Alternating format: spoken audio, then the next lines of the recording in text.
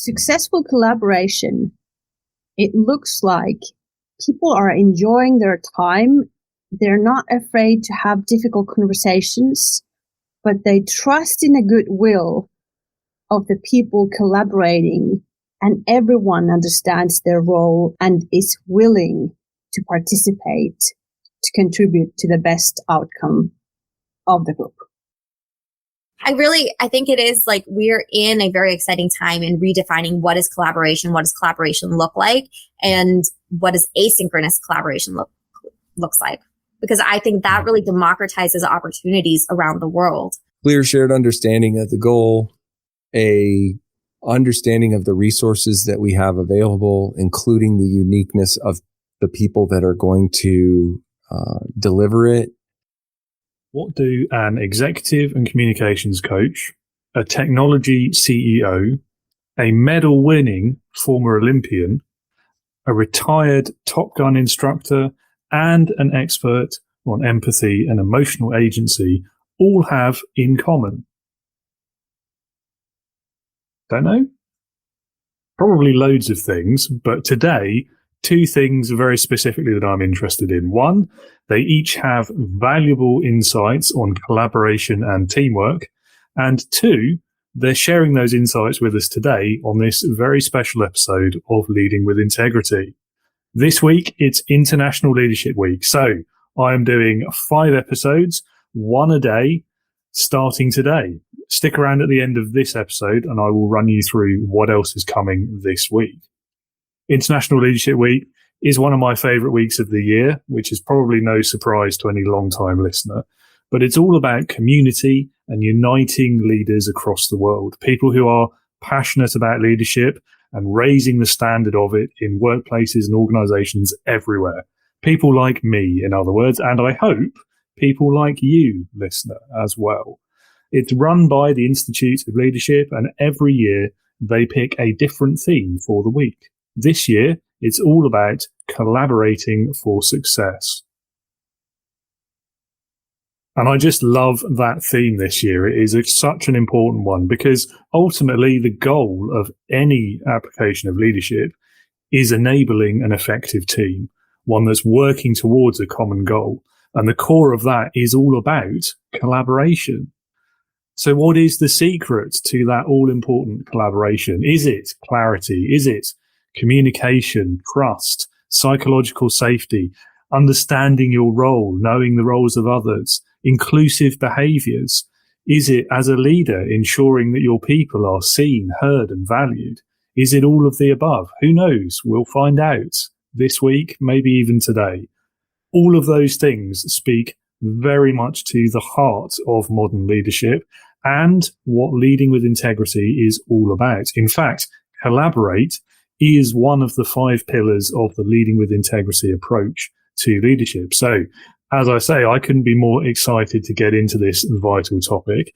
And on that note, this week we're going to touch on many of those ideas and more. We'll be hearing from leaders and experts across the spectrum of life, career, industry, and backgrounds.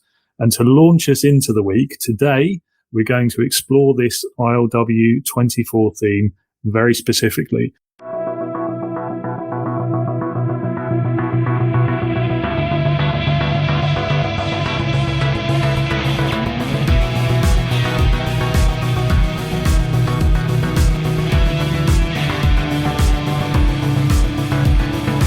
Welcome to the Leading with Integrity podcast.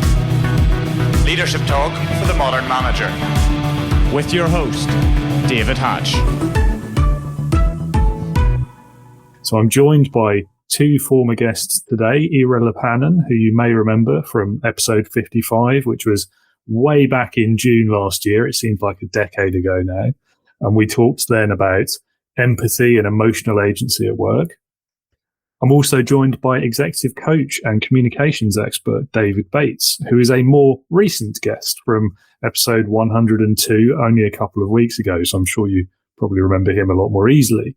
And today we're going to hear from Ira and Dave on their views about successful collaboration, what it looks like, and how leaders can best achieve it in their teams. And then for the final segment of the episode, I have a few more guests, and everyone's going to be answering my quick fire question, which is, what is the secret to successful collaboration? Those extra guests, you may recognize tech CEO and AI expert Denzel Eden from episode 99 last month. And then the final two guests you probably won't recognize because they are from future episodes that haven't come out yet. So you're getting a double bonus there, really, of being very on topic for International Leadership Week. And you're getting a sneak preview for some of the upcoming conversations that haven't been released yet. So those extra guests are Olympic medal-winning athlete, TEDx speaker, and executive coach Joey Lai, and then retired fighter pilot, former Top Gun instructor, previous commander of the US Navy display team, the Blue Angels, speaker, consultant, author, the list goes on, Captain George Dom.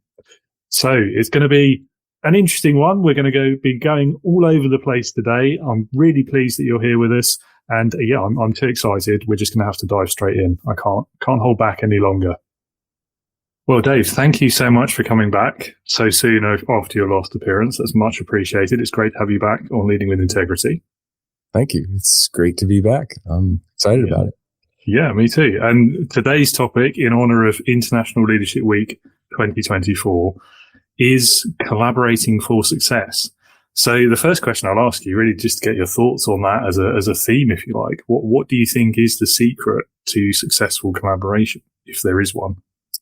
Yeah, I don't know that there is one secret, but I think that good collaboration requires at least two things. If I thought about it for longer, I might come up with different things. But the first thing is that I think we have to value other people and the contribution that they have to make. A lot of times leaders end up in a situation where they kind of just need smart people so they can tell them what to do. Like that's kind of an oxymoron, but that's the behavior. Like, look, I just need to tell you what needs to be done so that you can go off and do it the way I would have done it. And that can work for a little while, but it doesn't necessarily value the thing that somebody uniquely brings, their perspective, their insight, their attitude, whatever those things are. When we're just doling out assignments so that we can get from point A to point B the way we expect to get there, we lose something in that and it doesn't feel very collaborative. So understanding the value that they bring. I think then the second thing that is essential is that we have to invest in becoming better communicators. We are constantly seeking to be heard. And I think a lot of times we don't understand the essential model for communications. And when we don't understand that model, it gets in the way of our ability to get things done. How many times have you played the telephone game, right? I use an example in one of the talks I give of like, hey, let's meet on Monday at Starbucks for coffee at 10 a.m. And I go to Starbucks and at 10 a.m., there I am. This isn't an ad for Starbucks, by the way, just so you know. But there I am at 10 a.m. and you're not there, but you're at Starbucks and it's 10 a.m. and I'm not there. Where are we? Oh, there's a Starbucks on every corner. We didn't agree on which Starbucks it was, or we didn't agree on which Monday it was, or, you know, just so simple things that can derail us. Imagine what happens when we're talking about organizational projects and things. There's no wonder that 70+% of organizational change initiatives fail. We can't even communicate with each other how we're going to get coffee. How are we going to get things done? So there's two parts of valuing each other, what we can bring, and being able to communicate effectively towards the goal that we have in mind that we share. Yeah, other coffees are available, of course. Yeah. Yes, indeed. As they would say on the BBC. Yeah. Yes. And often I like to support my local coffee shop over a chain, but sometimes the ubiquity of a thing makes it more convenient for others. So. Yeah, definitely. I think there's two really good points in there that you've made, and I guess the link in between the two of them is that communication piece, isn't it? Which we've talked about previously, haven't we? But it's that bit where leaders get so, I don't know what the word is really. They get carried away, don't they? With I'm the leader, I need to do I transmit the information, everyone else sits and takes notes and then goes away and does things. When actually, and as we talked about before, listening is the key component of communication. And the reason I think that links your two themes there is if you're going to value people, one of the best ways to do that is to listen to them, isn't it? Because then they feel valued and they feel like their opinions, their inputs, their contributions matter and are appreciated by their leader. Right.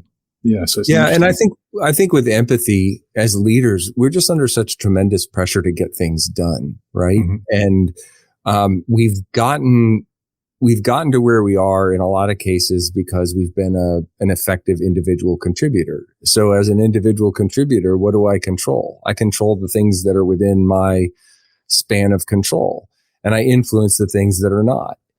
And as I rise through the levels of leadership, formalized leadership, then, I tend to do things my way because now I have increased span of control.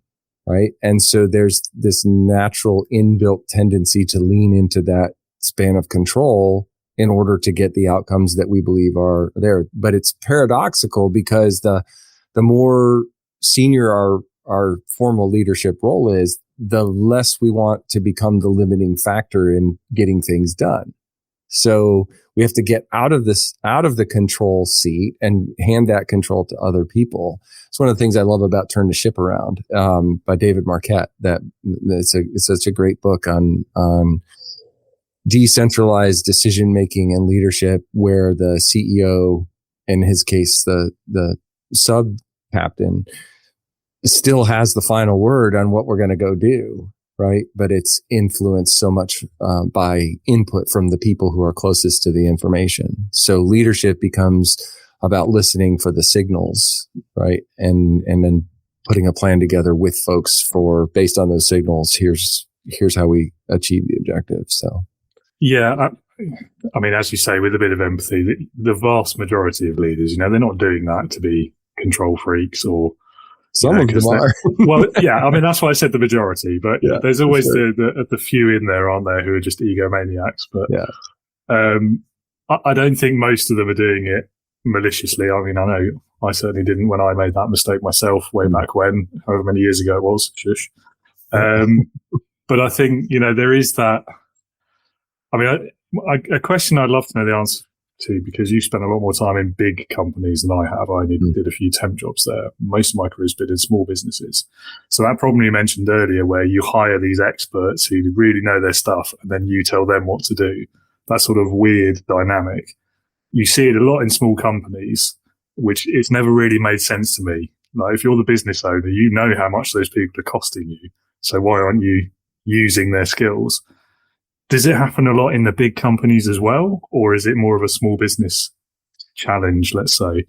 I think it happens in all places. I think part of the challenge is that there's such a wide variety of how consultants do what they do. I was listening to the Acquired podcast recently, and they did an episode on Hermes.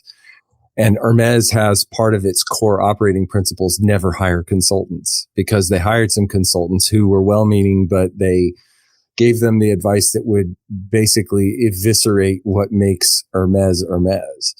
And so part of the challenge is that a lot of consultants they know their stuff, but they come in with a recipe.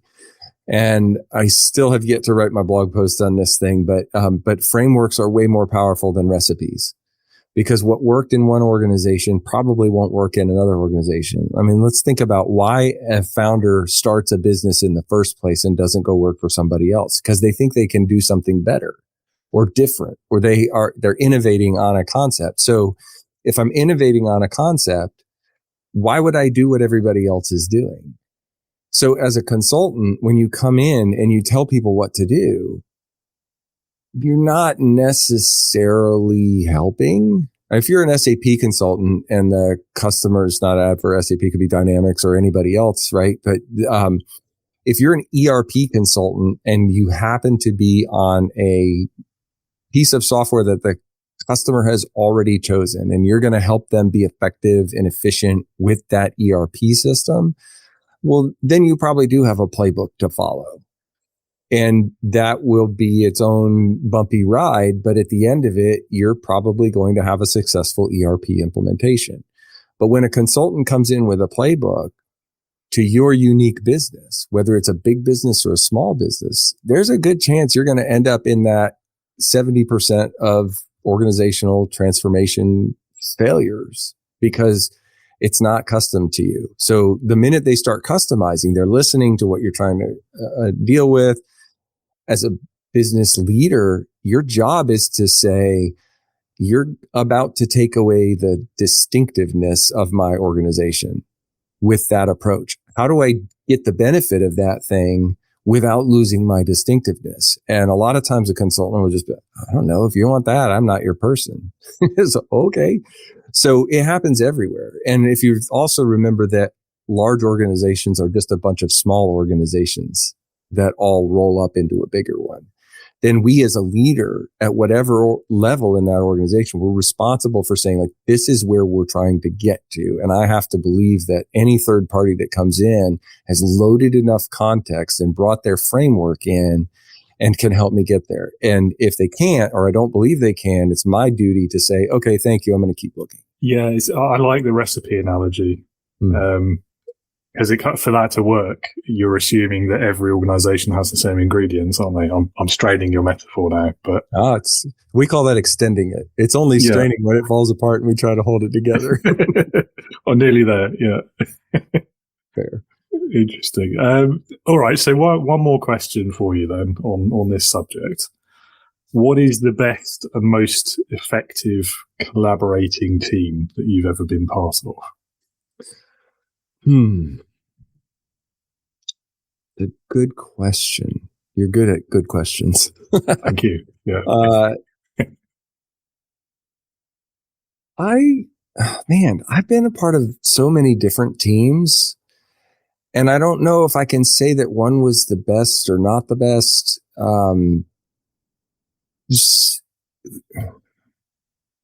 The challenge is isolating what made it the best, right? That was going to be my next question. I've been a leader of teams before, and for most of my career, I've been in formalized leadership positions. And even when I haven't been in a formal leader role, I've kind of been in the, okay, well, how do we get this? How do we solve this problem? And so I think the things that characterize high performing teams are where they have a clear and shared understanding of what the objective is. It's not that somebody has said this is the objective, but that we've pressure tested it, that we know that what people heard us say is actually what we said. And that gets back to this communication framework that I talk about. And then they're resourced to accomplish that. We know what the constraints are. It's sort of the basic project management things of like, this is the budget that we have to work in. I had an example. This isn't necessarily the best one, but it was an interesting one where we had to do a nationwide training plan, and we had a ridiculous number of people, but we didn't have the budget to get them all through this training program. It was literally back in the day when we used to ship anvil cases all around the country full of equipment, and we would set it up in a location, and then we would run a training class. And I had a team that did that for me. I had a curriculum team, and I had the training team. We got this requirement from the board. The leading indicator of revenue was how many people could we train in our dealer channel. Like, I don't know how we're going to do that because the math just doesn't work with the dollar amount. So I went and I got the head of the curriculum team, and I got the head of the training team. We pulled a couple of folks from their teams in, and we said, this is what we got. What do we do? Let's start with the options. Like, here's the constraints. And, these guys came up with some pretty great stuff. It required us to spend a little bit of money, but we reallocated budget. And at the end of the year, we had actually gotten 20% more than the already aggressive number of people to train. And it was solely because we understood what the goal was. We understood what our objective was and how it related to the leading indicator, or it was the leading indicator. And then we just said, okay, what options do we have? And we built a plan. And I think that's an example of high performance team and what helps it to be that way. It wasn't easy. It was not a foregone thing. We had a lot of risk. We didn't know if it would work. And so there's a lot of detail in there, but overarchingly, I think that's what makes teams work the best. Okay. Makes sense. Didn't quite answer my question, but you answered the question I was going to ask you next, so I'll let you off. Well, I answered the question I wish you had asked. Yeah, it's very political of you. Yeah. Well, the trouble is it's a hard question, right? It is. And it requires me to think back through 30 plus years of teams, right? And I've been on a lot of teams, and some of them have worked well, and some of them have not so well. So. Okay, well, I won't hold it against you. I appreciate that. Yeah, fair enough. Well, that's it, Dave. Thank you so much again for being here. Happy International Leadership Week. I'll celebrate International Leadership Week every week if I can. Yeah, well, I do anyway, pretty much. But right. It's good to have an excuse as well. Yeah, that's right. Well, thank you for having me again. Well, thanks for being here, and have a great rest of your day. Thanks, you too. Ira, welcome back to Leading with Integrity. It's lovely to have you back on the show again. It's been too long since we last spoke. I think it must have been last year, wasn't it? I can't even remember. It's flown by. It's been a blur for me the last year or so. Welcome. It's great to see you again. Thank you so much, David, for having me. It's a great pleasure and a privilege to be here talking about these super important topics with you. Well, the feeling's mutual, definitely. And it's International Leadership Week. The subject of the week is all about collaborating for success. So I'm going to ask you then, what is the secret to successful collaboration? It's a big question. That's right. I think one of there are so many. So where do I start? I think one of the key elements is being truthful to yourselves and others. And understanding that this is a topic that I have been talking a lot lately with leaders and, employees in all roles actually, is that, I don't know, some things in the world around us that has made us a bit scared to ask honest questions from one another. Like, we just a couple weeks back in our team, we were talking, people were sharing that, oh, I'm suspecting, David, that you're so busy that I don't dare to ask for your help. So every time we do that, we're actually I'm stepping into your zone and not respecting your boundaries. Whereas if I'm a responsible collaborator, I would come to you and ask, so David, do you have time to help me out with this one? And I could rely on the fact that you would be honest in the contact boundary with me. And if you don't have bandwidth, you would share that honestly, empathically, but also being honest with your boundaries that, no, sorry, this time I don't have bandwidth for that. Or you would. But oftentimes we make these assumptions and we dare to actually connect.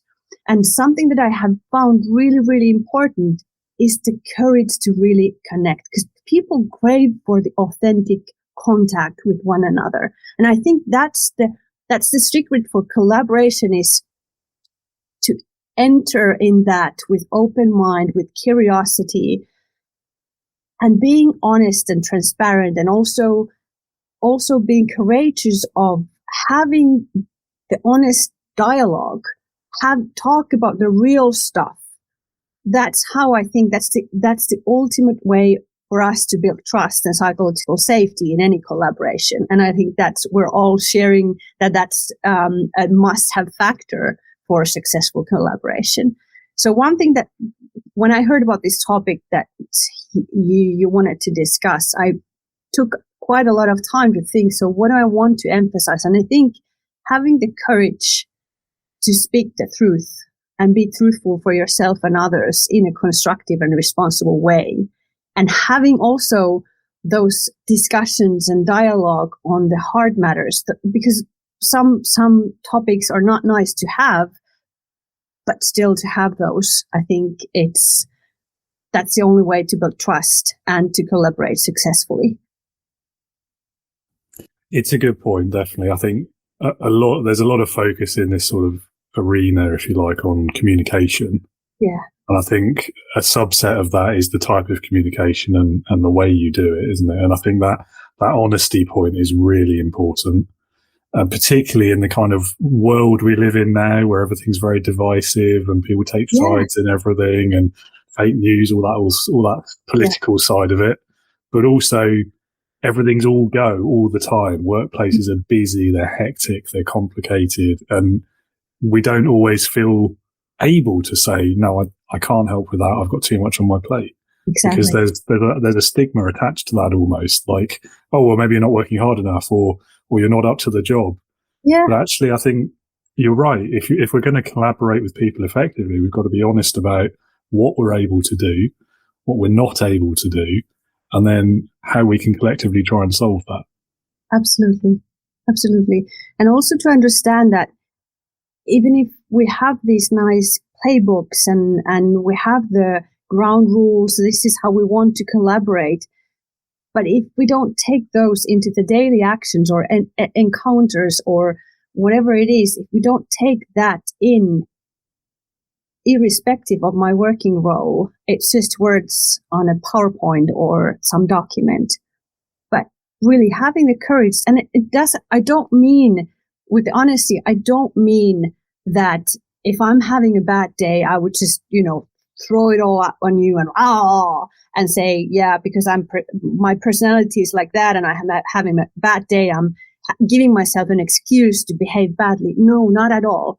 But if I'm having the bad day, the responsible way for me is to share that with you, so you don't have to guess and all suspect and doubt and start to, make all the assumptions. I would just say, you know what, I'm not at my best because of that and that. Just wanted to let you know so you don't have to start guessing what's going on. So try to bear with me. How does that feel? If I were to say that to you, how does that make you feel, David? I mean, yeah, it's definitely the better way to do it. It makes you feel more valued, doesn't it, as a colleague? Exactly. And I think if that's the sort of thing coming from a leadership position as well, so someone, is being quite vulnerable in a lot of ways, which is another buzzword for leadership these days, isn't it? But it is. And I'm hoping that by saying that, I'm showing that I respect our relationship to the extent that I can be honest with you in a constructive way. Yeah, definitely. It's one of those things, isn't it? One of those behaviors, if you like, that it's a really valuable thing to do between colleagues and contemporaries, say, but also it's quite effective from a leader as well. And I think it's, we can probably all think of an example of a leader we've worked for where it was just a constant guessing game. They would never tell you what they really thought. And you were just like, well, I don't know what's going on here. I'm apparently supposed to be a mind reader, and you never quite know what to expect from that sort of leader. And so you're always on edge and you don't do your best work. And it's the opposite of what we're talking about, really, isn't it? Exactly. And have a think, how much of energy did that consume? And that's one of the things that we should be introducing to work life, is also, how does this encounter impact my energy level or your energy level? And often if it's like, something is then off, like we spend, or not even spend, but so much energy is consumed on that kind of vague signalings, or you need to read in between the lines. Why don't we make it easier for everyone to be more honest and transparent, and we don't have to guess? Because at the end of the day, that has an impact on our performance or capacity to think or perform. So, yeah, I think honesty is an integral part. Constructive honesty, responsible honesty is an integral part of successful collaboration. Yes, I agree. Yeah, measured honesty. I think it's important anyway for leadership, isn't it? But it is one of those things. And again, the social media of it all, we don't need to know what you had for dinner last night or what you haven't, we don't need to know everything. Authenticity doesn't mean tell us all the things all the time, does it? It's just the stuff that's relevant, the stuff that's helpful, that kind of thing. Absolutely. Yeah. And I think it's so freeing also.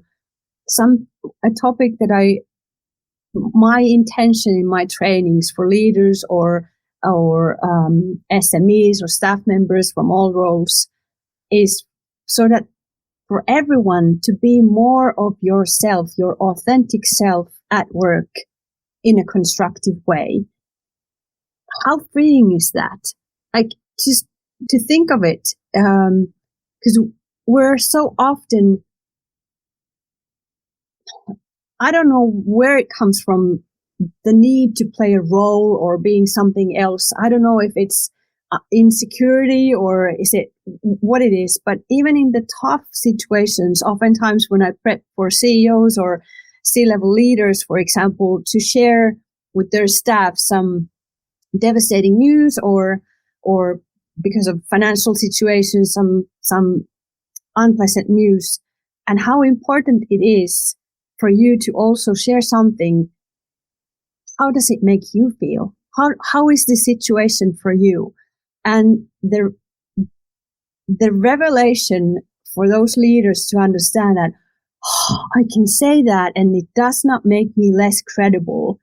It's just, you can see how the burden is lifting off their shoulders and they're like, oh, I can say that, really? And like, this is how you build trust and realistic hope for these people, to show that you're a human being. You don't need to, and you should not be a robot with no emotion, because that's not credible these days. We're so sensitive in sensing what's there. Is there something we need? Is he, what does he, and even when interviewing people in those events, when the news are shared, and asking them, what's your number one question? Oftentimes it is, I want to know how the leader feels about this. I want to know what he thinks or she thinks about this situation. What are his doubts, or what are her worries, or what keeps you up at night? And to have the guts to share that in a way that's suitable for yourself. Again, to know yourself, that requires that you know yourself, what's good for me, what do I want to share. But that's how you build the authentic connection with the people, even in the tough moments of work life. Yeah, I think insecurity is certainly a big part of that, isn't it? That's why a lot of people do kind of put on this sort of work persona, isn't it? There's probably a bit about imposter syndrome in there, I'm sure. I think a lot of people, though, it's just because they don't know any other way of doing it. Absolutely. You just emulate the manager that you had, or what your CEO is doing, and because you're not taught any other way, so you copy the only reference you've got, right? Absolutely. And sometimes when I coach leaders who are in a position where they need to lay off people, and I've talked and asked to reflect, like, the biggest lessons learned. So often we think that because this topic is difficult for both of us, I'm just going to stick to the facts and make it as fast as possible to deliver news so that we can go our separate ways. But for any leader to understand that, as David, you said the words, to be treated with respect, that the number one thing that we should remember when delivering bad news is, remember that the person wants to be treated with respect, even if you deliver bad news regarding their performance or their job or whatever it is. So it's as important to prep for how am I delivering this message than sticking to the facts. So I think that's just reflecting back on interviewing several CEOs or leaders. That's one of the key takeaways, that I should have spent more time listening to the person, asking how they feel, if there's something that needs clarification, and not just, be, well, I'm just here to deliver the news. This is how the process goes. Because definitely that does not make receiving the news to feel any more fair on the other person. Yeah, it's true. I think the point about when it's bad news is particularly interesting, isn't it? Because, I mean, we talked about insecurity and some of those other problems, but fear can play a role as well. I mean, leaders will have a fear in those situations.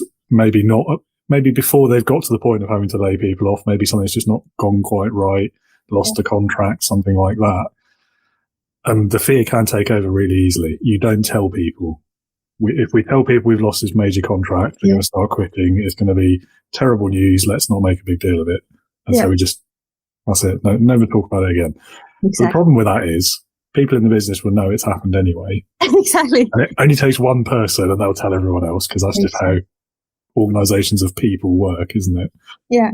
And then suddenly you've got a trust problem again. So back to the trust word, because now they're saying, well, why am I not hearing that from the leader?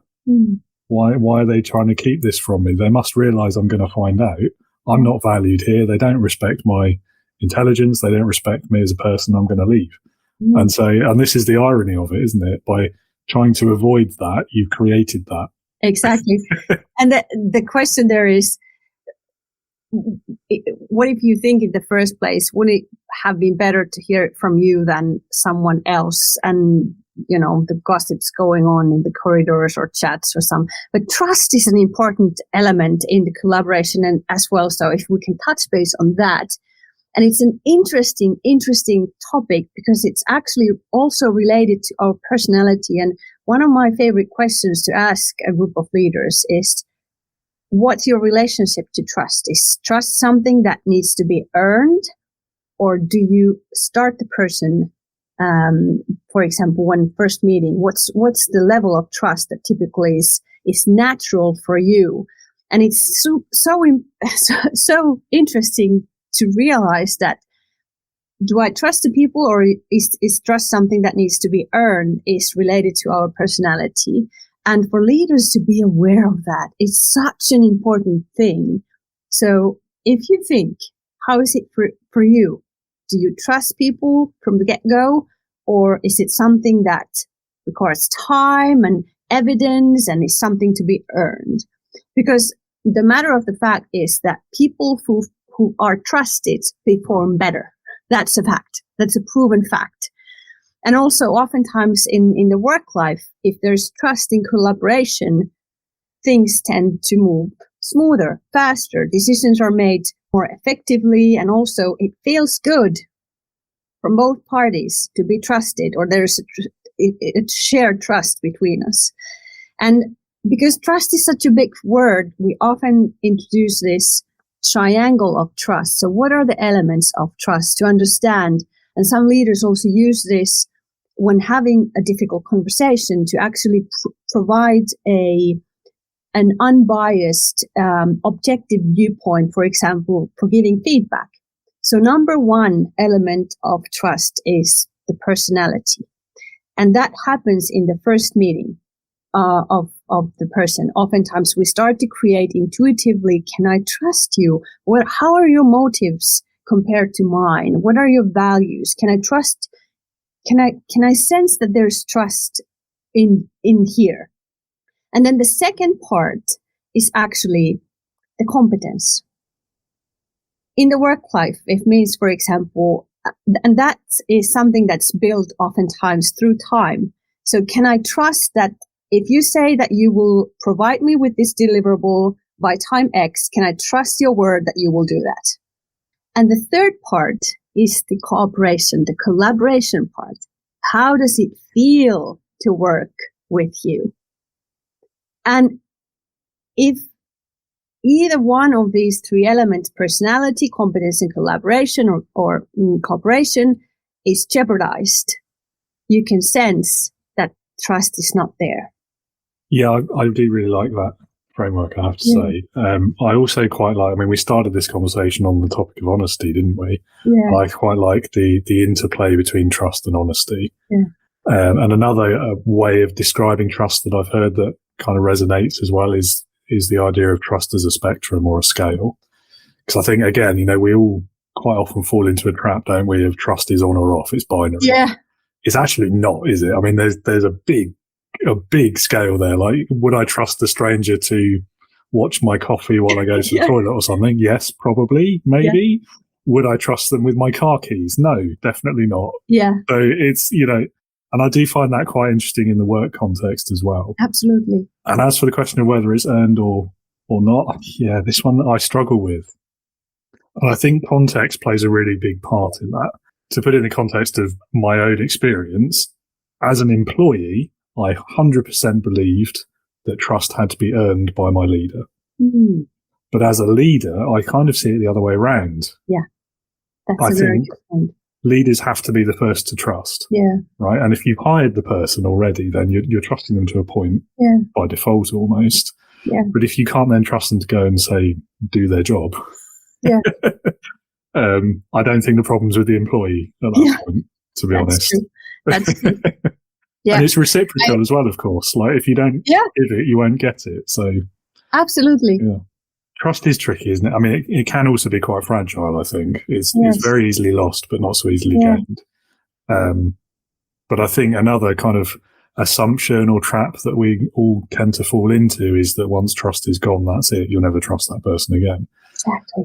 But, I've had a few conversations like this with trust experts who all they do is study trust and talk about trust. And I'm reliably informed that it is possible to rebuild it. And I think for me, as you were hinting at just now, the first step to rebuilding it has to be surely acknowledging why it's been lost and taking responsibility for that. Yeah. Yeah. And I think it's just, there's a great link to psychological safety, because at the core of psychological safety, trust and psychological safety are, I think, interconnected. Trust, in my opinion, is oftentimes between two people, and the psychological safety is the wider and larger expansion of that. But if we think of the core elements of building psychological safety, instead of searching for who's there to blame, we twist it to what can we learn about this? And I think that's why it's such an important element of rebuilding the trust. What can we learn from this? And are we willing to work this together? And I think that's the thing that the two people need to establish. Is they're willing and wanting to reestablish that? Yeah, it's so important. And not just for trust, I mean, for collaboration. Effectively. Yes, exactly. And the output, the result, the longevity of the team even. Absolutely. So many different things we could link to that, I'm sure. Absolutely. The scattered work or the new ways of working that we're all faced with. How do we collaborate? And what if it's not just a smooth ride? Do we have the courage to address that? What went well? What can we learn from this? I think one of the elements that the work life or the life that we live in these days is asking for willingness to accept that we're all human beings. We're erroneous. We make mistakes. There's no such thing as a perfect encounter between two human beings that are not rational all the time. So accepting the unfinished business in us as human beings, but also in the situation that we live in. I think it's so freeing for everyone if we enter it understanding that I'm not 100% right. What if you're 100% right? Or we are 80% right altogether? Is that enough? Yeah, I agree. I think, again, for the purpose of successful collaboration, I think not just from a leadership point of view, but for anyone who's trying to be part of a successful team, is having that grace for each other, isn't it? It's forgiveness almost. It's acknowledging the fact that we're all people, we're all humans, we're all imperfect. And if we're going to work together effectively, you've got to make allowances for someone to have a bad day or something outside of work to have an impact on their productivity that morning, or, whatever it might be. And I think, again, it's something that gets lost in the workplace, isn't it? We're also at each other's throats sometimes, but it does get lost. And I think teams and collaboration suffer as a result? When we talk about successful collaboration, I think it requires everyone to understand their role and everyone to understand their role or impact irrespective of their role. And what I mean by that is, even if I think let's say a Teams meeting, I don't have my camera on and I think, for some reason, I don't want to take part in the conversation. It could be that I'm not interested in the topic, or I'm just afraid that if I open share my thoughts, it's going to jump on my plate and I have, too much already, or whatever the reason. And I'm thinking, I'm just going to, look other way and maybe concentrate on some other stuff and think that I'm not part of that. But actually, I am a huge part of the collective experience if I decide that I'm not contributing. So one thing is to understand that even selecting a passive role is an active impact to the collective experience. So when I am part of the group, I do play a role, whether I like it or not. And if I'm going to jump out, I should be responsible in a way that I'm sharing that with the rest of the group, so they are not expecting my input. But I think that's such an important to understand that everyone does play a role.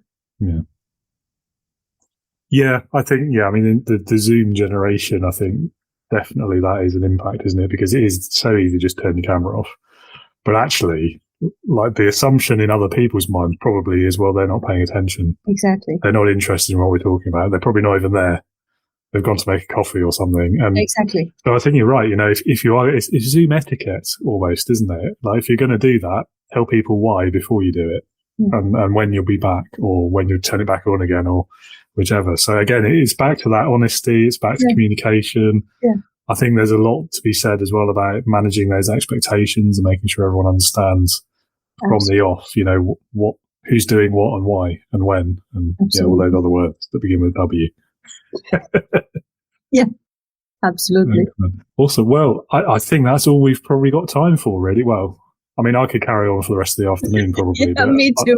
We need to schedule another one.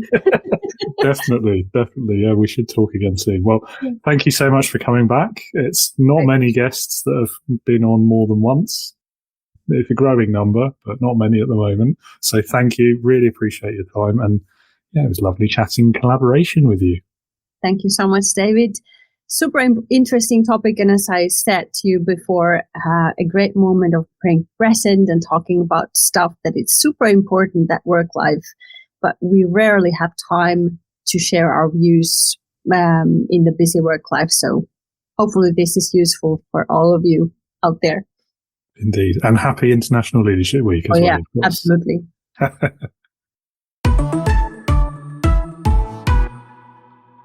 Okay, now let's get into the quick fire round, if you like. Denzel, I think we're going to start with you. Given the industry that you work in, tech has quite a reputation, I think, for innovative working practices, for new collaborative working methods, ways of developing ideas, and just innovation generally.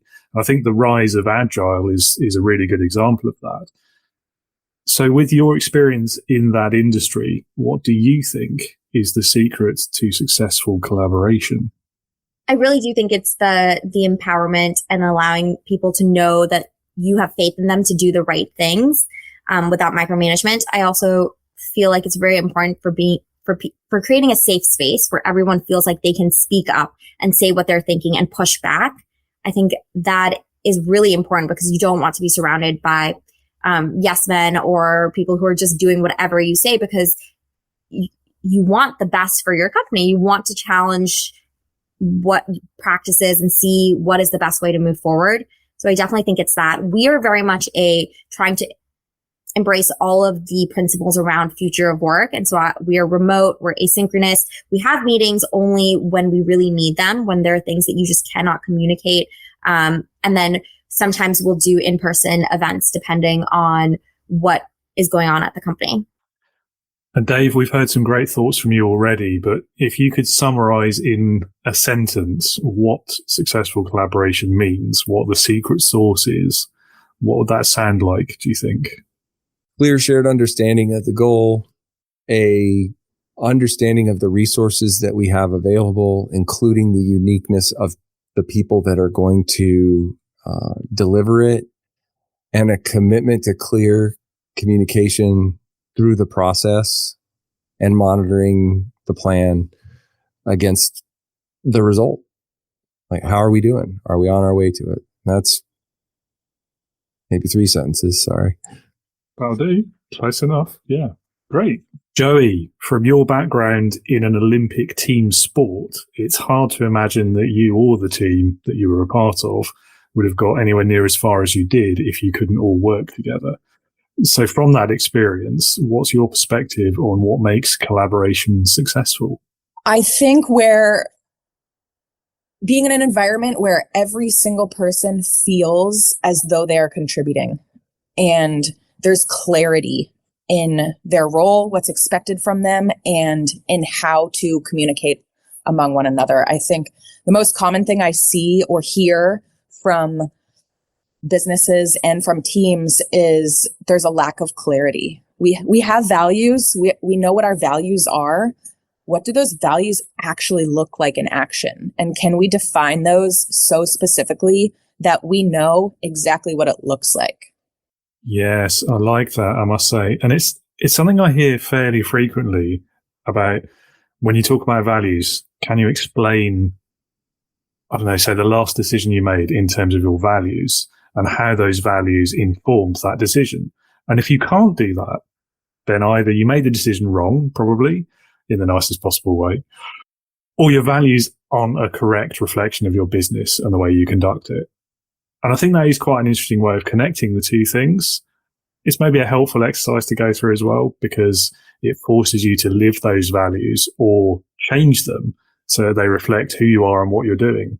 Absolutely. If you're constantly making decisions that don't align with those values, then maybe they're the wrong values. George, I really like your 5 C's of trust: character, commitment, competence, connection, and communication. I think those are all crucial factors in trust and in leadership, to be honest. And the way that you speak about them really shows that it's lessons learned from a high pressure environment where collaboration is essential. So what would you say then is that secret to successful collaboration? Fundamentally, you're going to collaborate with somebody most effectively when you really have a high trust relationship, right? So if you have shared values and you're operating, living up to whatever your responsibilities are in the collaboration, right? And that you're both committed to the outcome of the collaboration. That's important. And that what you bring to the collaboration is a high level of skill and experience, the competence. And then the connection that the other person that you're collaborating with feels like you understand who they are and what they're about, what their story is, and you respect them and understand them. And they feel understood. And then finally, that there's good communication. So those 5 pillars apply directly to the ability to work in a team setting and collaborate. That's more or less what I thought you were going to say. When you have a hammer, every question sounds like a nail. Well, no, but it fits though, so it's okay. It makes sense. It's not the square peg in the round hole problem, definitely. Yeah. And last but not least, Ira, what's the secret to success in collaboration in 2 sentences or less? Successful collaboration, it looks like people are enjoying their time. They're not afraid to have difficult conversations, but they trust in the goodwill of the people collaborating. And everyone understands their role and is willing to participate, to contribute to the best outcome of the group. Good. I saw a picture of group working there. So you asked, how does it look like? Yeah, it's just people sitting around a desk. Yeah. Yeah. Yeah. Yeah. And actually, I like it. It's good. This might be for someone controversial, but I'm still going to share it. I saw those people in the same physical location. So I know this is a hot topic, but still, in my picture, they were in a physically same location and they were present. Yes, it is controversial for some, but I think that's more a symptom of your own working experience. And anyone who has been in the workplace before COVID would probably all have that same image pop to our minds. So yeah, I don't think that's a negative reflection necessarily. It's just, and it was my honest reflection. So. Yeah, no worries. There we have it. There are so many factors to achieving effectively collaborating teams and fostering that good and essential teamwork in your organization. But as we've seen, there are a few core behaviors that are not only central to to collaboration for success, but to leadership itself. And as is so often the case, they're relatively simple ideas, but not always easy to achieve. Easy to understand, difficult to master. Thank you for being with us today, listener or viewer, if you're with us on YouTube. Thank you again to my guests today, Dave, Denzel, George, Ira, and Joey. Did that in alphabetical order, didn't I? Whoops. Oh, well. Anyway, listener, if you would like to learn more about International Leadership Week, or perhaps attend one of the events that the Institute is running this week, then I have popped a link in the episode description below. So you can click on that and find out more. You can register. At least 2 of the events are free. I know that because I'm going to them myself.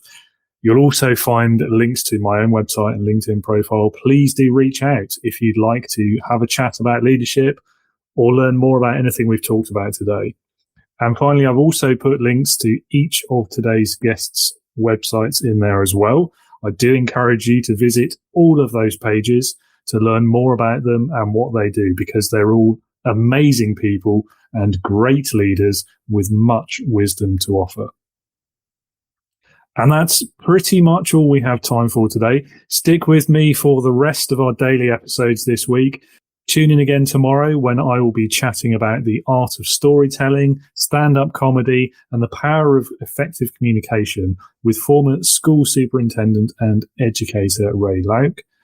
Then on Wednesday, I will be chatting with retired US Navy Master Chief Raymond Kemp about his experiences and lessons in leadership and teamwork from a 30-plus year career in the Navy. On Thursday, I speak with keynote leadership speaker, coach, facilitator, trainer, and former manager at Disney World, Summer Jelinek, about a management career at Disney and beyond, about her new book, what inspired her interest in leadership, and much more besides.